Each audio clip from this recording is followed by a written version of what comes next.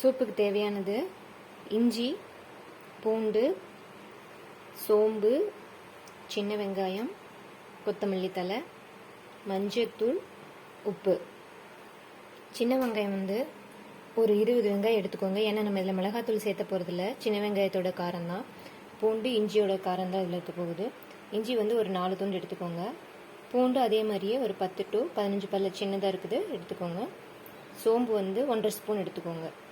கொத்தமல்லி தழை கொஞ்சம். இப்போ மிக்சியில் ஃபஸ்ட்டு நம்ம மிக்சியில் இஞ்சி,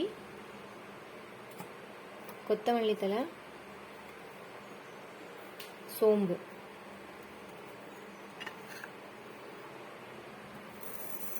இது மூணையும் நல்லா நைஸாக அரைச்சி எடுத்துக்கலாம்.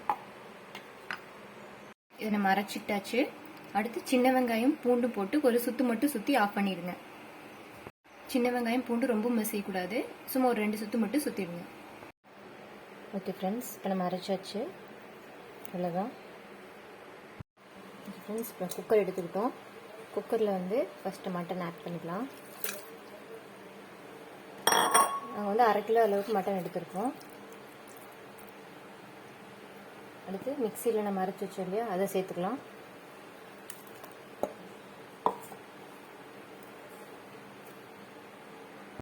நாங்கள் ஃபேமிலி எல்லோரும் குடிக்கிறதுனால நாங்கள் அப்படியே 1/2 கிலோ போட்டுட்டோம். குழந்தைங்களுக்கு மட்டும் வைக்கிறீங்க அப்படின்னா ஒரு 1/4 கிலோ அளவுக்கு நீங்கள் தனியாக எடுத்து இதை சேர்த்துக்கலாம். நீங்கள் இதில் மீதி இருக்கிற சூப்பு மட்டன் கூட அப்படியே நீங்கள் குழம்பு வச்சுக்கலாம். மஞ்சத்தூள் கொஞ்சம் ஆட் பண்ணிக்கோங்க. உப்பு தேவையான அளவு.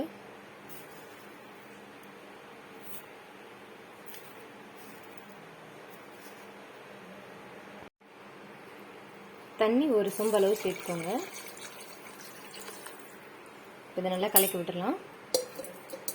ஓகே ஃப்ரெண்ட்ஸ், இப்போ நம்ம எல்லாம் கலந்தாச்சு. இதை குக்கர் மூடி போட்டு ஒரு 6 இல்லைன்னா 7 விசில் விட்டு ஆஃப் பண்ணிடலாம்.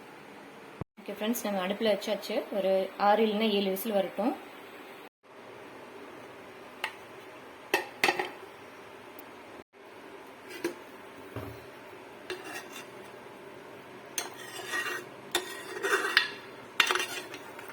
இப்போ நம்ம இதில் எண்ணெய்லாம் எதுவுமே ஆட் பண்ணல. அந்த மட்டனில் இருக்கிற கொழுப்பு தான் அந்த எண்ணெய் மாதிரி உங்களுக்கு மேலே இருக்குது. ரொம்ப ஹெல்த்தியான சூப்பு. இப்போ நம்ம இதை பவுலுக்கு மாற்றிக்கலாம். குழந்தைங்களுக்கு 1 வயசுக்கு மேலே இருக்க 2 வயசு வரைக்கும் இருக்க குழந்தைங்களுக்கு கொடுக்குறீங்கன்னா சூப்பை வடிகட்டி சேர்த்துக்கோங்க. சூப் ரெடி ஆயிடுச்சு. நம்ம ஒரு பவுலுக்கு மாற்றிக்கலாம்.